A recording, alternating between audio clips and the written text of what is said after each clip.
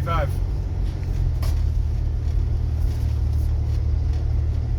The Second Urkid, URKID, The Second Urkid. It's my book. That's my book. It's a fun, wholesome adventure. It's almost a short story, a little bit longer. It's for children, 10 to 12, but I know adults who have read it and adults have liked it, so anybody can get it. It's on Amazon right now, $7. That's as cheap as I can make it, so it's available everywhere. Yeah, The Second Urkid, URKID. Look it up on Amazon. Thank you. So, on a separate note, not promoting my book note, but talking about reflections. Today's gospel, I was reading in the gospel. It's about the friend who goes to his other friend to ask for bread because another friend showed up unannounced. And so he asked for some food. He's like, hey, my friend came over. He didn't tell me he was coming, but he's here. I don't have anything to give him. Can you give me something to give him? And the friend who had his door knocked on was like, dude, it's in the middle of the night. What are you doing? I'm asleep. My wife's asleep. My kids are asleep. If I get up and give you something, I might wake up everybody, and then it's going to be absolute chaos. Maybe he had babies. We all know that if you wake a baby up in the middle of the night, you're done. Your night is done. This guy was like, dude, I can't do anything for you. And what does Jesus say in the parable? He says, this friend, if he does not give him a loaf of bread due to their friendship, he'll give it to him due to his persistence. And the very next thing he says, ask and you shall receive.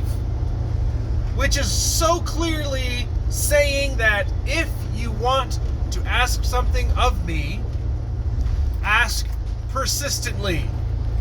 Pray without ceasing. That's what it's about. Jesus is not saying ask once.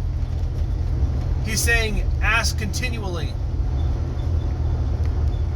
But another part in the Gospels, he says all these idle prayers, repetitive prayers. He says those aren't good. So what's Jesus saying? He's saying that the prayer itself is good. Now, the friend asked his other friend for bread. And initially you're like, oh, that's not a very good friend, because he's like, get out of here. I'm tired.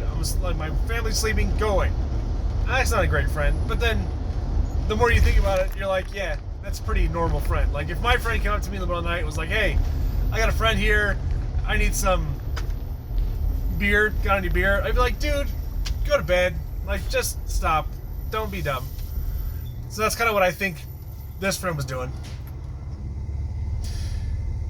And so then, of course, you have to ask yourself, okay, but the other friend, the first friend, persisted. And he kept asking and asking and asking, like Bart and Maggie or Bart and Lisa in The Simpsons, when they want to go to, like, I think it's a water park, and Homer says no, but the next 5 minutes of the show, it's just Bart and Lisa, how about now? Can we go now? Can we go now? Can we go now? Can we go now? Can we go now? Can we go now? And finally they just wear Homer down, and he says yes. So Jesus, it's similar to that, where Jesus is saying, if not for the friendship, for the persistence. Now, in this parable, Jesus is representing himself as the friend who was woken up in the middle of the night. And we are the friends knocking on the door. And Jesus represents himself as the one who initially might come off as a little bit negative, a little bit harsh, a little bit abrupt, a little bit standoffish. But yet, Jesus says, ask and you shall receive, seek and you will find, knock and the door will be open unto you. Jesus will give us what we need when we need it and how we need it. And embedded in that petition of ours saying, Jesus, we need something, is trust that the person we ask, in this case, God, the God that we ask, we trust that he will fulfill our request.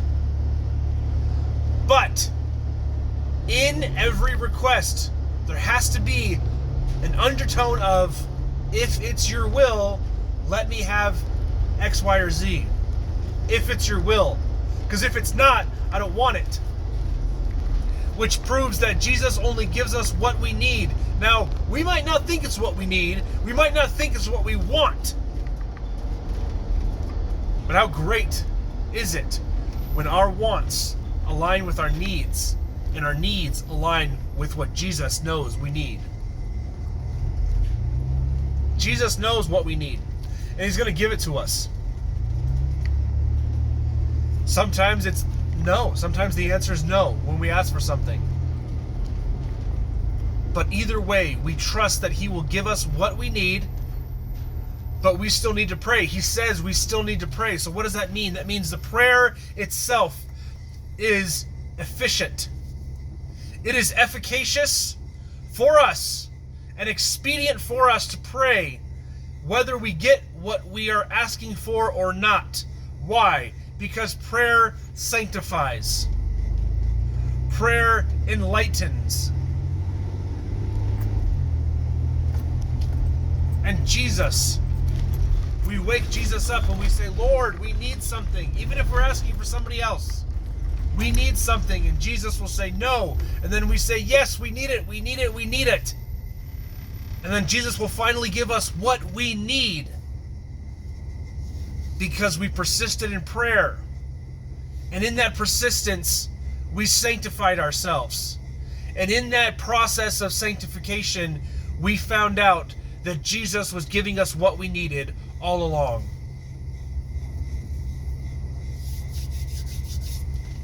Anyway, I thought that was cool. Buy my book, Second Orchid. I wish you the best.